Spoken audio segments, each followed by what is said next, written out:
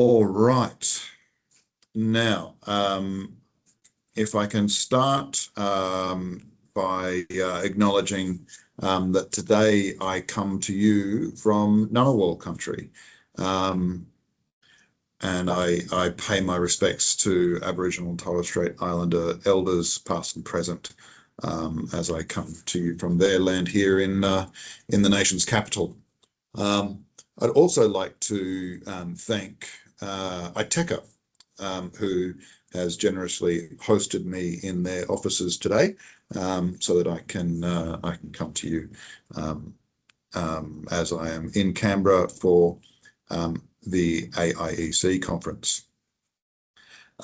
Today I'm going to work to provide a range of insights into the legislative change agenda of government, what's been tabled already and what might be next. I will give a general description of everything in my best attempt to explain things and to preempt questions that you might have.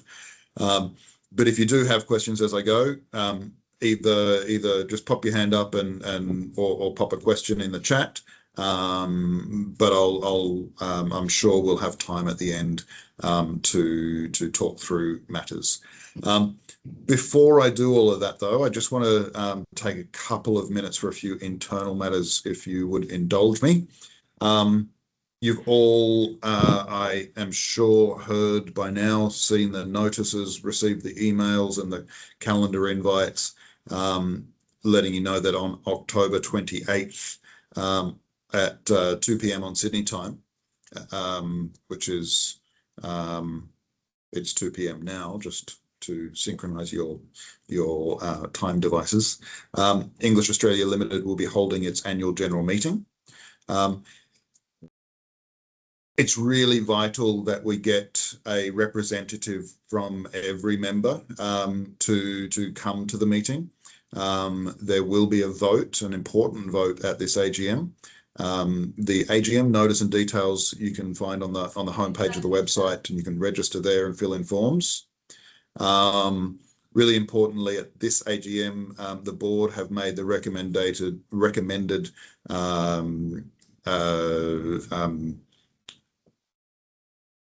resolution for members to vote on the repeal of the company constitution and the replacement of that constitution with a new constitution. Importantly, that requires a special resolution. So for it to pass, 75% of members must vote yes to pass the resolution. And there are a number of really important changes in this constitutional change. Now, to ensure that everyone's comfortable with those changes and to answer anyone's questions about them, next Wednesday, also at 2 p.m. Sydney time, so at this time on Wednesday next week, we will hold a member meeting to explain and to answer anyone's questions on those changes. And if anyone has any questions or any concerns about the changes, I do request that you come to that meeting, and hopefully we can explain things. I have arranged for the legal advisor who helped with the process to attend that meeting. And so any questions that members might have, we'll be able to address, so that we can ensure that the AGM is smooth and efficient. Now, one other really important thing that I need to update members on, very happy to update members on, is that, as I mentioned, this week is the Australian International Education Conference that's been held in Canberra. It's the largest gathering of of colleagues from the international education sector in Australia and more broadly. And this year, I'm pleased to say, for anyone who hasn't already heard, that in recognition of the incredible leadership and enormous contribution to the sector that she's made for more than a decade, Sophie O'Keefe was awarded the Excellence in Leadership Award. It's a really big deal, and I'd note that Sophie really shone in a strong field of amazing leaders who had been nominated, who have made contributions for many years. It's a wonderful thing, and I can see all your congratulations popping up. Sophie spent so long putting everyone else in the limelight, and ensuring that everyone else gets the recognition that they very much deserve. So it was especially pleasing to see Sophie being recognised on the big stage. So congratulations, Sophie. All right. Yes, it is amazing. And yes, very well deserved. Okay.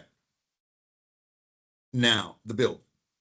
Firstly, for those who have read it or anyone who hasn't, the first thing that you'll probably notice is that despite the slightly different wrapping, the content is very, very similar to last year's bill. The only major difference is that last year's bill contained a section on caps, and this year's bill does not. The government has made the clear decision that they've settled with the NOSC system, and that they won't be legislating hard ceiling caps. Rather just sticking with using the priority system under the NOSCs.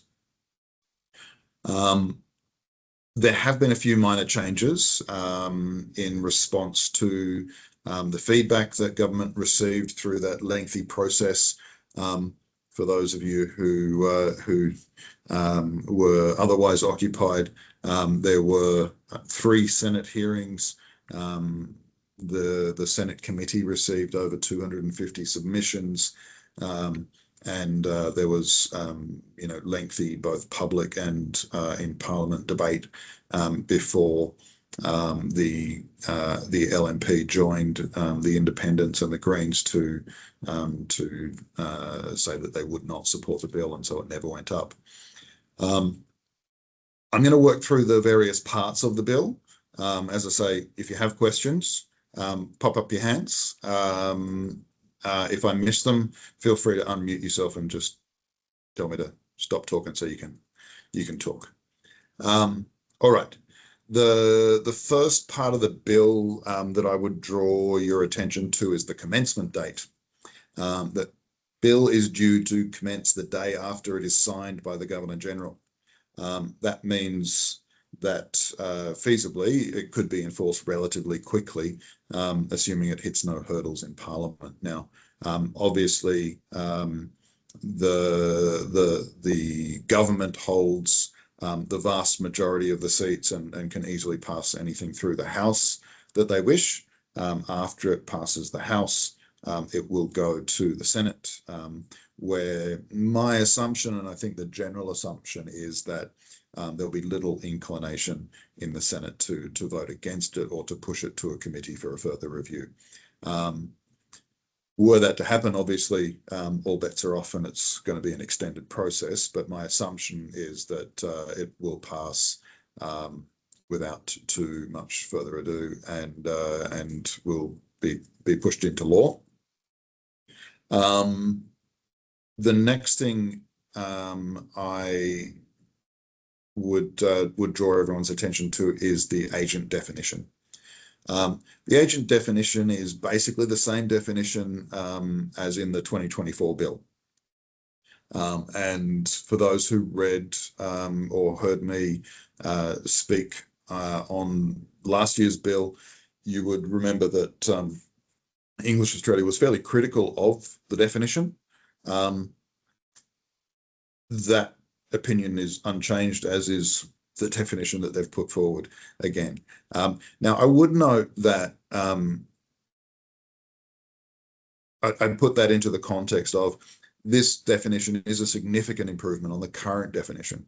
The current definition is incredibly broad, and for anyone who hasn't read it in the current Act, the current definition of an agent basically means a person or an entity, a company, who represents or acts on behalf of the provider, or purports to do so in dealing with overseas students. So it's incredibly broad, and it contains very loose terms that aren't particularly defined, and so it includes almost anyone who talks to international students, whether you like it or not. So the current definition is a real improvement. However, the last part of it really brings back that really broad general definition in the current one, and so defeats all of the work done in the other parts that do try and define things. The issue really is that by not defining agents effectively, the opportunity of doing that effectively so that agents can be effectively managed in various ways is really just lost. The work to change an act through a bill like this, which they would have to do if they wanted to change this again, is a pretty lengthy and costly process. And so it's a real frustration that it's the opportunity is being lost. One thing that I did mean to point out at the beginning as well is that the government will be releasing some fact sheets on the bill that aim to explain parts. I've read those fact sheets in their draft form, and one of the issues is quite simply that a fact sheet is just a nice piece of information. It's not legally, it's not a legal device. It doesn't alter the meaning of what's in the Act. And so the government fact sheet refers to the fact that the new definition doesn't include organisations like Austrade or Study New South Wales or Department of Education or peak bodies. However, the definition itself reads up any entity dealing with overseas students. So quite clearly, as all of those organisations do deal with overseas students, according to this definition, they are all agents, and so it's a real problem that we would hope that there might be some amendment before the bill does get finalised, and so it is possible that that Senate might suggest some amendments. Unlikely, but possible. The bill also includes a definition of agent commission. Again, this has been drafted quite broadly. The aim here in being so broad is to ensure that they capture everything, that they don't leave any open spaces for exploitation by bad actors, as they like to call them. Now, here I'd note that the current ESOS legislation has nothing to define commission at all. It's not defined. It's not referred to in the current Act. The reason for that is that there's nothing else in the Act that needs to define it. They don't require anything about it. The reason for adding it in here is that they're adding new requirements regarding commissions and new powers for themselves and new requirements on providers relating to commissions. So firstly, the requirements that we'll talk about in a second for providers to provide information to government about commissions that they receive require that they first define commissions. And secondly, so that later government can legislate on commissions directly. That's the plan with the National Code, which, the plan is to amend that later on once the Act has been amended. We'll talk to that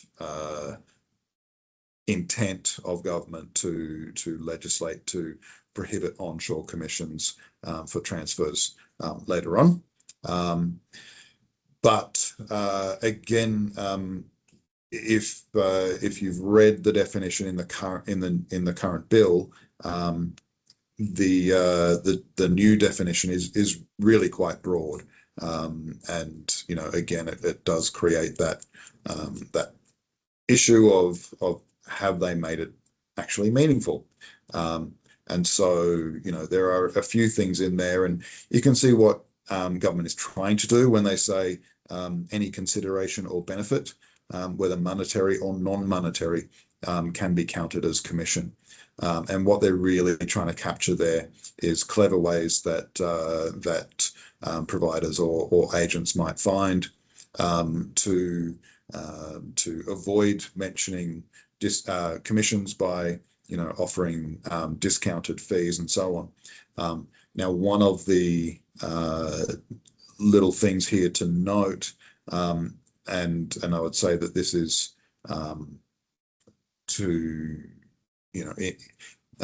suggesting that the legislation in this particular area has been well drafted, is that when we get to the requirements on providers to give information on commissions, the regulator can require past commissions and past income on fees and so on. And so where they do have suspicions, they'll be able to audit providers past commission payments, past payments to agents, and find how they're paying them, and they'll be able to note how that might have changed after the ESOS Act has been amended to require them to do it. And so where providers are acting badly to provide inaccurate or misleading or untruthful information about their commissions, the idea is that the regulator will be able to analyze those accounts forensically and find those things. Of course, that does require a fair bit of forensic accounting capability that I don't know that the regulators currently have, but that's perhaps something that they're working on in the background. Next, in that I'd talk to in the bill would be with respect to agents. The government has included a change that allows them to give providers information on agents, so that providers will receive, most likely via prisms. This has not yet been completely finalized, but most likely through prisms, information on agents that shows how many of a particular agent's students have transferred away from their provider through a transfer arrangement before they complete their course or before they complete their 6 months, or how many have become non-legal, etc., etc. The thinking here is that government is trying to ensure that that providers are well informed about the performance of agents, and they know what behaviors are going on, and so they can make decisions about working with those agents. Now, while I support this as a principle, my concern would be whether or not there's any capability for this to actually happen. Currently in prisms, anyone who uses prisms regularly would know that agents are entered into prisms largely through a free text field, which means that a single agent can be listed many, many, many times. I think I recall one agent I had once had more than 500 entries for the one single agent. So how they're going to report on all of those as a single grouping, I'm not sure. but I know that they have been making efforts to find a way to identify agents individually as a, you know, as a group. So if you've got an agent that you work with, you might be putting it in only one time in prisms, but quite often other providers are spelling it differently or putting different details in, and so it's in multiple records. So I think that in the background there is a bunch of work going on in prisms to try and address that, but we'll have to wait and see how they manage that and whether or not those reports are actually useful or even if they actually eventuate. But this is how they will have that power.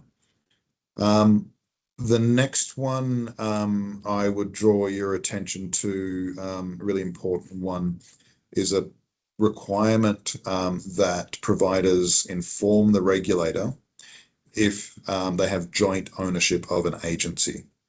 Now, sadly, they have failed to define what ownership is. So it's unclear when you actually have to inform them. It's something that we're trying to get guidance on, but it's unclear yet whether ownership is 100% of the shares of the company, whether it's 51%, whether it's 15%, whether it's any percent. What constitutes ownership or control of an agency is not being made clear. So that aside, the requirement is that if you go through a registration process or a re-registration process, or you buy into or take ownership or control of an agency, that you must let the regulator know within 10 days. If you are currently operating and you have ownership or control of an agency, you're not required to let them know within 10 days once this bill has come into power. It's only when it's triggered by a re-registration or a change in that ownership. So if you sell it, if you buy it, if something about the ownership or control changes, then you need to notify them. And obviously if they make a request. The aim here is really going back to the Nixon review, where government noted that, you know, some of the worst behavior was in institutions where the college and an agency were co-owned. And so they were just funneling students through, and there was no oversight on it, and there was no separation, so no advocacy for the student. And so I'd flag here that the idea is that that when the regulator knows, they can factor that into their thinking about when they're judging that a provider, you know, meets the fit and proper person's requirements. Now, I don't know if they're going to release anything further on this, if there's going to be additions to the national code relating to it, where they'll give more information. But we are working hard to get more information, and, you know, when we do, we will make sure that you get it too. Now, the next one is that a new section that requires providers, if asked by the regulator, to provide information on agents and commissions to the regulator. This is very broad, but the conversations I've had so far suggest that the intent is to, at the most, have this be an annual requirement, or it might be a spot check requirement. But the notice, the government must send you a notice requesting this information, and they must give you at least 30 days notice to provide the information. And it's really, again, around providing information on agent commissions. Now, what we're hoping we'll be able to do is to facilitate some workshops with government to give examples and potentially to organise some interactive sessions where members can pose questions and so on directly to government and work through what these reports might look like, or what government might want these requirements to look like. Now, really important here is that these requirements are going into the ESOS Act, which means that the law, and failure to comply, or if a college provides false or misleading information, it's an offence. It's a legal offence, and it's an offence of strict liability, which means that ignorance of the requirement is no defence. You can't say, "Oh, I thought I did it the right way." That's not going to be a defence. It's still going to be considered an offence. Strict liability basically means that the only defence is an error of fact, which might be that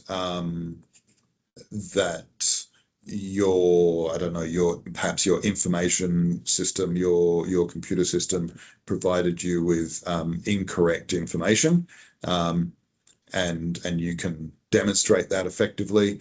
However, the concern there is that that's most likely going to be after the fact, and you've received a fine or a notice of not complying with the requirement, which means that, you know, it's already a major problem. You may be in a courtroom, and you've already, even if you get through that process, expended an enormous amount of time and money. And that's why we will be working as hard as we can to get really detailed and really clear guidance from government on what might be expected from providers in this space, and hopefully some some example reports and so on. All right. Guys, again, I just flagged that, feel free to ask questions as we go. Just pop your hand up if you have a question. All right, I'll move to the next one, the fit and proper requirements. So for those of you unaware, whenever a provider goes through a registration process, and annually the principal executive officer, which is the main registered person for a provider, has to meet the fit and proper requirements. And anyone who is in an officer of the company, or a director of the company, or an owner of the company must meet the fit and proper requirements. These are have been there for a long time, but they have added to them. They've basically said that when you're responding and putting in information here, you have to also report on any offences under the ESOS Act that have been found against those persons.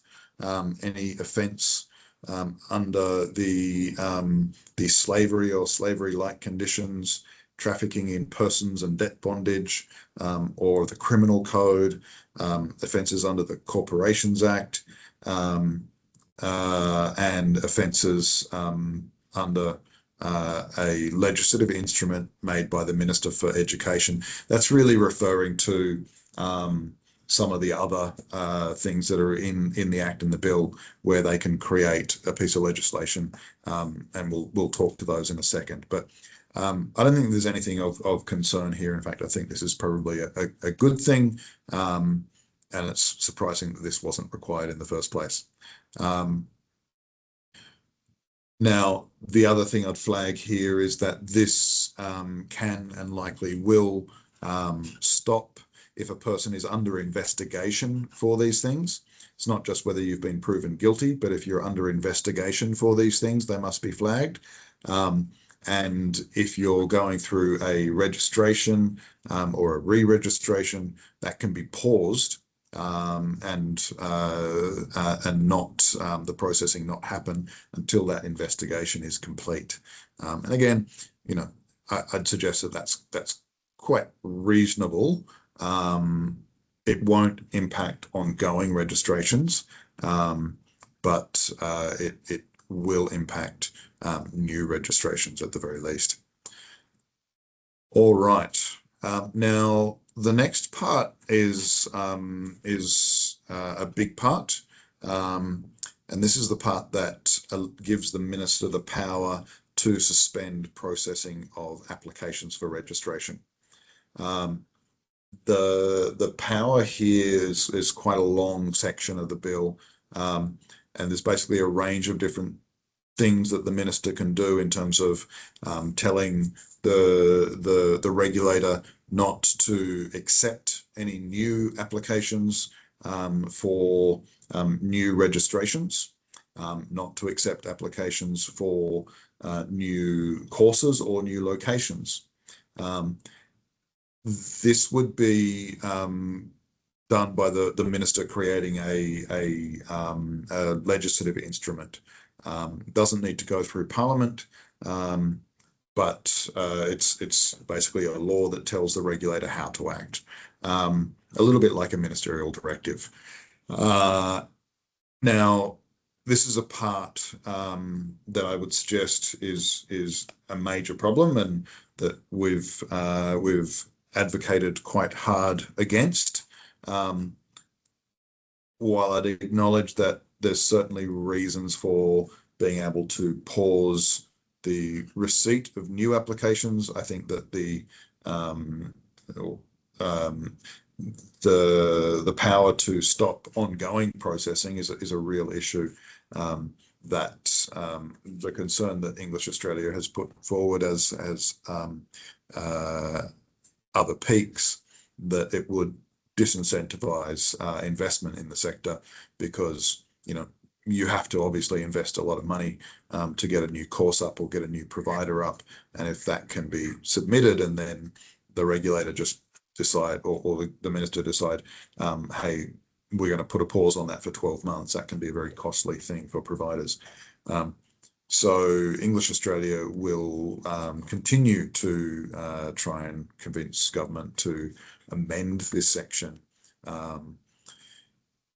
so that it's only for the minister to suspend processing, suspend acceptance of new applications. All right. Going to move on to the next one. The next one is an interesting one. This is the automatic suspension and cancellation of courses specified by the minister. This was in the last bill, and it's been brought back basically in the exact same format as last time. This one is one that English Australia spoke very strongly against, as did one or two of the other peak bodies, who saw this as a major problem. So what this is about is enabling the minister to decide that certain courses are not appropriate, and either for Australia's skills needs, or that there are too many integrity issues with these courses, and basically remove them from CRICOS. There is one slight change to this section from last time, is that they've added that Table A providers are exempt. For those who don't know what a Table A provider is, it's basically a state university. So universities, not private universities, but the public universities are exempt from this, and so the minister can't just switch off from Cricos university registered courses. There's a lot of concern, I know, amongst members who deliver a range of vocational programs that it could be aimed at that. The understanding that I have is that there are very specific courses, and it's not a broad brush intent to deregister all BSB courses, for example. I would suggest that only the minister knows what the minister wants to do and will do, and that's one of the problems with this section, and why English Australia and others argued against it quite strongly, because there is no required process, there is no required consultation, there are no specific metrics on how they would do it. But I do believe, at least right now, that the intent of Assistant Minister Julian Hill, who is the minister being referred to as having these powers, or Minister Jason Clare, that the intent is quite specific to at least one specific course that has been exploited extensively. Now, I don't want to necessarily preempt what that might be. I don't want to name the course and have everyone running out to worry about their registration, because it's all speculation at this stage. But again, I would flag that English Australia and other peak bodies are continuing to urge the government and urge non-government members of parliament to amend this. It is, I think, quite a dangerously broad power and quite unreasonable. If anyone has read it, you'll note that there's a reference in there to compensating providers if the courses are deregistered. If you can I ask, has anyone read this section? And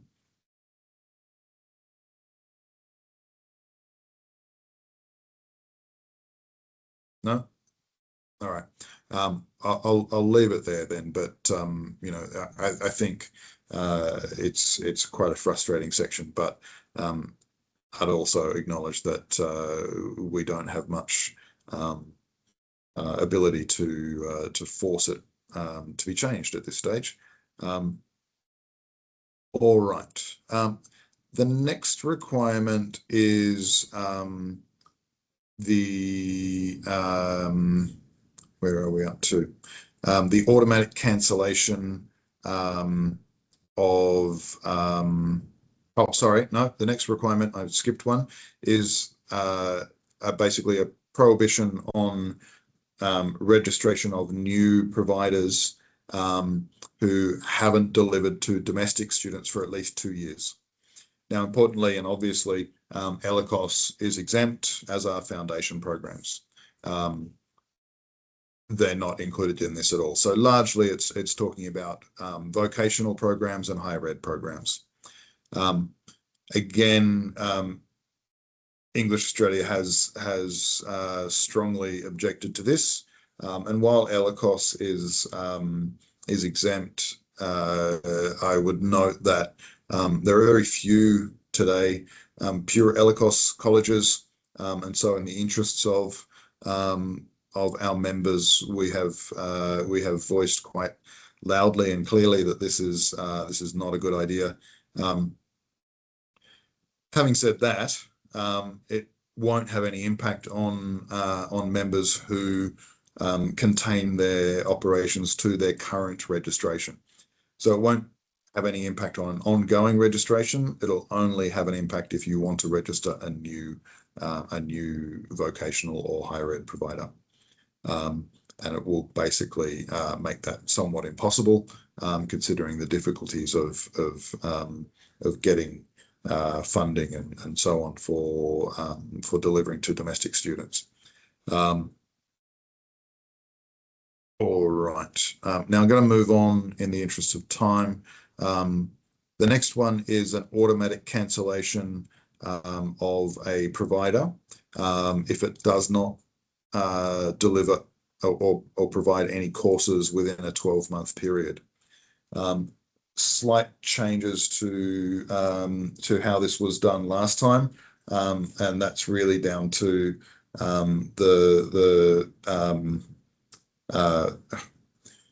do I put this? Very persistent feedback from myself and my good colleague here at ITECA, who continually pointed out the craziness of this, because previously it was worded to say that if you did not deliver a course in a location, i.e.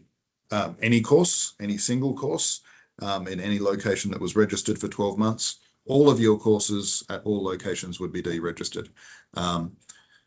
They have changed that, and so now it is if you don't deliver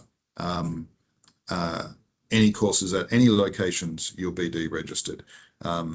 I.e., if you deliver nothing at all for a 12-month period, you'll be automatically deregistered for all of your courses. You can apply for an extension of up to 12 months. And the idea there is that you might be a particularly small provider and not welcome international students very often. I don't think that applies to anyone here, and certainly not in the ELICOS sector.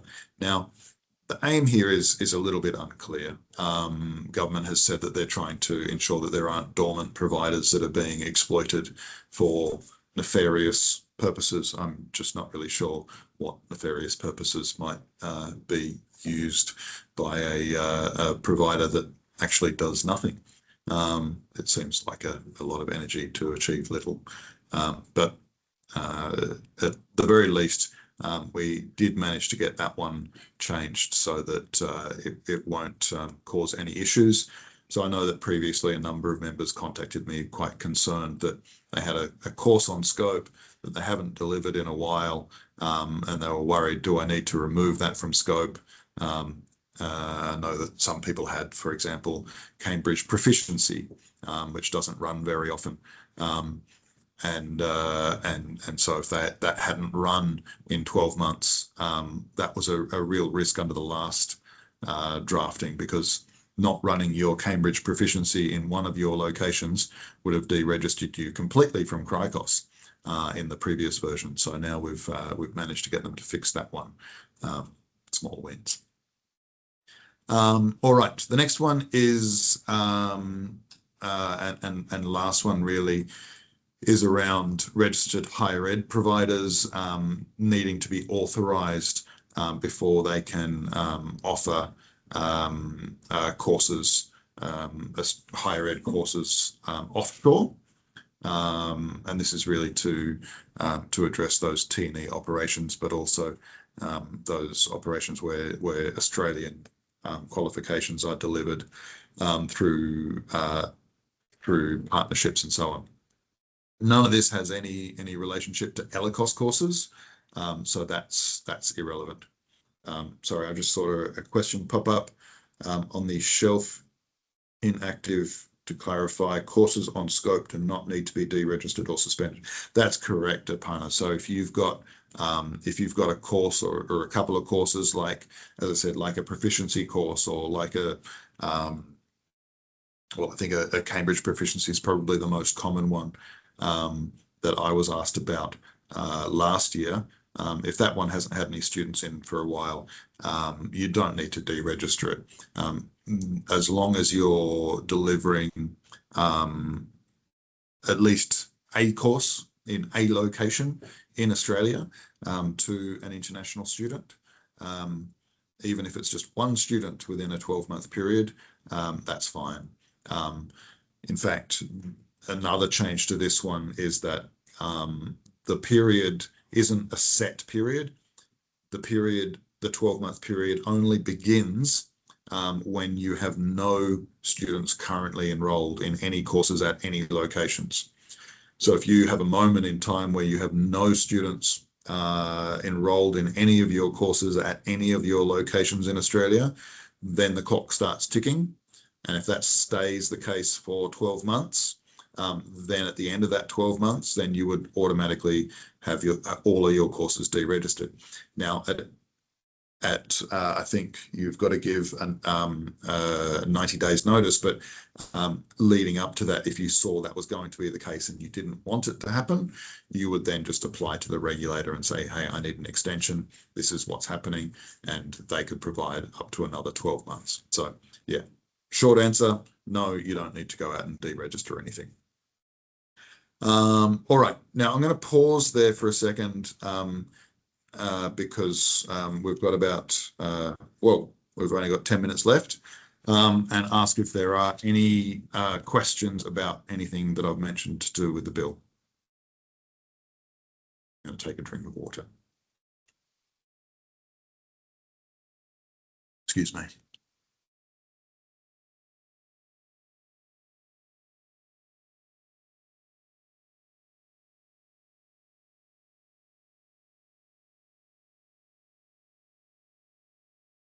No questions? Okay. All right, I'll just quickly move on then and talk to the National Code. So I think everyone will be aware that government has talked about making changes such that agent commissions are basically banned onshore where the student is transferring. Now, we're working really hard to make sure that we get a reasonable consultation period. It has been promised by the department and by the minister that we will have a consultation period before they table anything. However, in the last meeting I had with the department, they suggested that they were hoping to align changes in the National Code to the implementation of the Act, i.e. they've already made the changes and they're ready to table them as soon as the Act goes through, which is incredibly frustrating. And both and I and basically all the other peak bodies started jumping up and down and yelling and screaming and crying and demanding a proper consultation period. And we're in discussions with the minister and with the head of the department to ensure that that happens in a meaningful way and not after the fact. And that way we'll ensure, one, that we're well aware of the changes that are happening, but also that we're able to contribute to making sure that they are effectively drafted and that they are reasonable. What I would say is that while we have no idea of the exact nature of the changes that they're going to implement, because the drafting will make a world of difference. As we've seen with some of these changes, for instance, the last one that we talked about, they changed one word and dramatically changed the impact of that provision. So we won't really know until we see the actual drafting. But so far, the intent has been really unclear. One minute saying all onshore commissions, and the next minute referring to a specific segment. Now, the last conversations that we've had with the Assistant Minister, with the Minister for Education, and with the department is that the intent is purely to prohibit commissions being paid for transferring students. That's a student who uses a Part 7 of the National Code to transfer away from the provider that they've enrolled with before they reach that minimum 6 month in the primary course. And so the government's intent there is to really stamp out students exploiting or students being exploited by coming on shore with one provider and then hopping across to another. And I think they've got a bit of a pincer movement here, where I think the main intent of the ministerial power to remove courses from CRICOS is also very much aimed at the specific route that students have used to exploit this gap. And basically that's around having a student being able to hop out of a master's degree or an undergraduate degree into a package of vocational courses that are of questionable value, and obviously a very low cost delivery and so on, where the ultimate course is a graduate diploma, and thereby being a graduate diploma, it's the same AQF level, and therefore it doesn't trick it doesn't activate the restriction that a student transferring can't go to a lower AQF level course. So that's I think the intent here with this change as well. So as soon as we have further information, we'll certainly be communicating that and on timing. But until then, we'll have to just wait and see.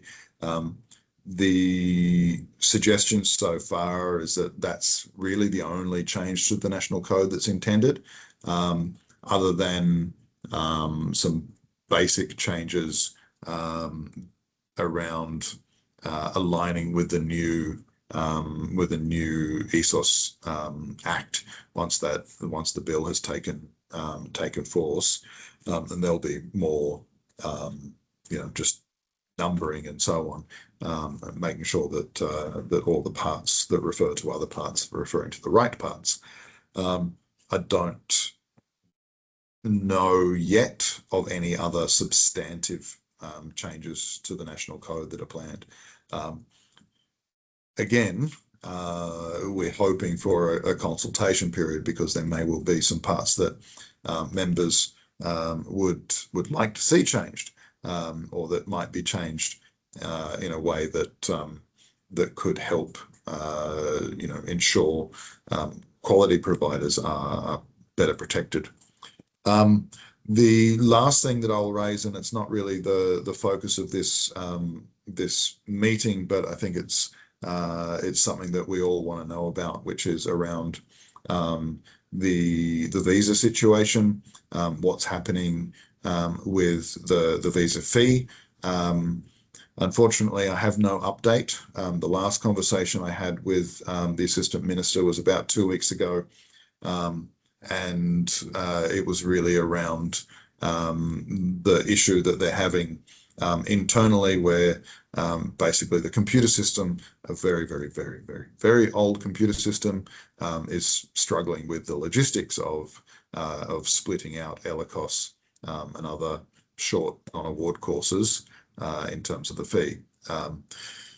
Now, that says a couple of things. One, it says that they're genuinely looking at how they can do it, and they've struck practical difficulties rather than the difficulties of intent to charge a lower fee. But it also says, well, and the worry and what we are continuing to work hard to advocate for this change is that government might well decide that it's all just a bit too hard and leave it that way.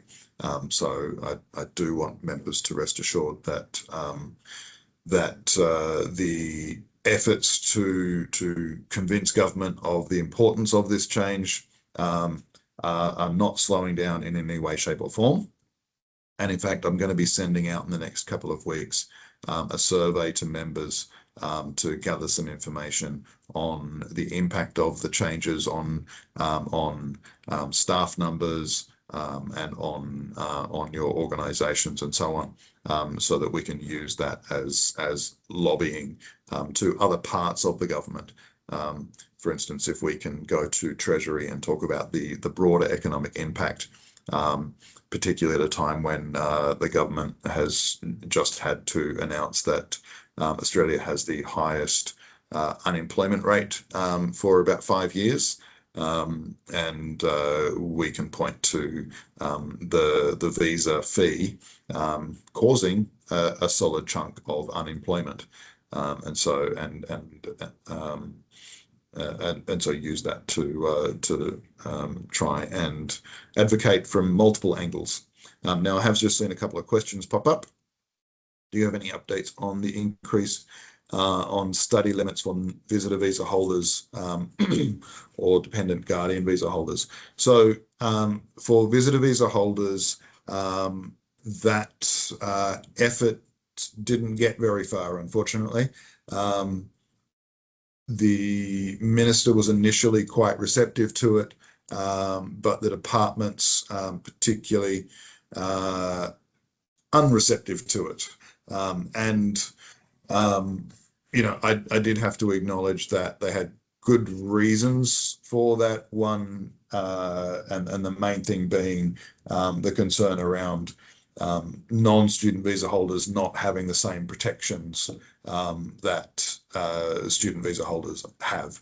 So the vast majority of the National Code and the ESOS Act are there to ensure that students are protected, and visitor visa holders aren't covered by the ESOS Act or the framework, the National Code, the ELICOS standards. None of that applies to visitor visa holders, and so their concern was expanding that group of students could cause problems. And certainly looking at global markets where they do have a 6-month study allowance for visitor visa holders, many of them have seen lots and lots of problems in those student cohorts. So I do acknowledge that there's reason for that resistance.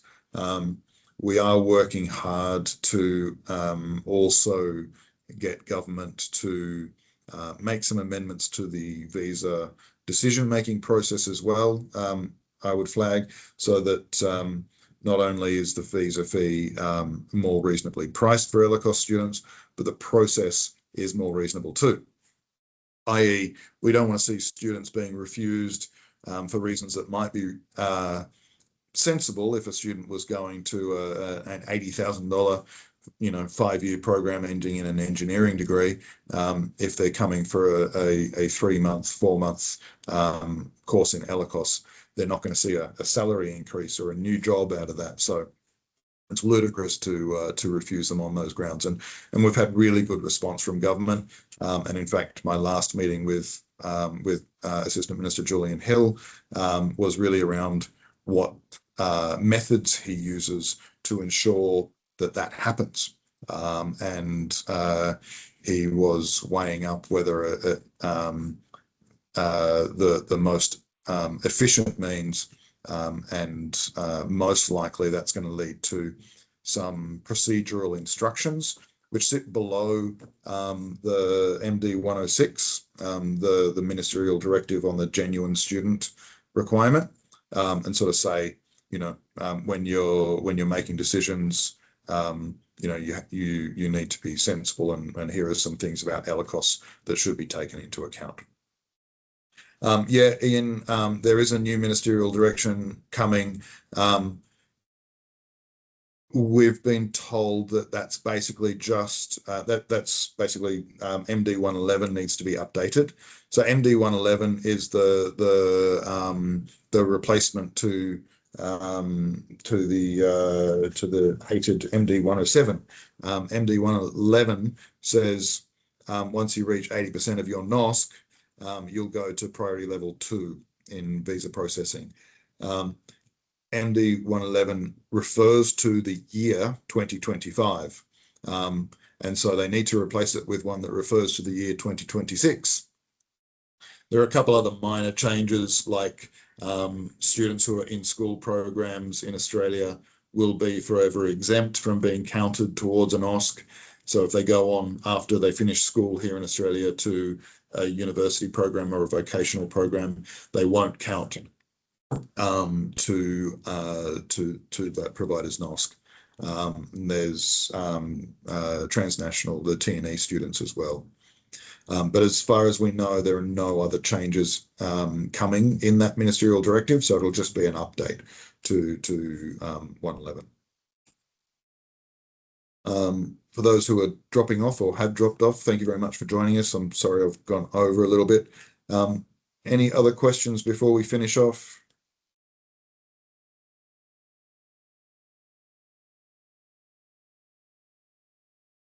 No, okay. Thanks very much for joining. I hope it was helpful. I hope it's made a little bit, excuse me, a little bit clearer, a little bit more understandable, and hopefully a little bit less concerning. I look forward to speaking with some of you on Wednesday next week if you'd like to come to the session. And if you have any questions around our plan or the proposal to update the Constitution, please come to that session. And everyone else, I look forward to seeing you on the 28th of October in our AGM. And please come to that one too. Please make sure you do. Please register as well if you can.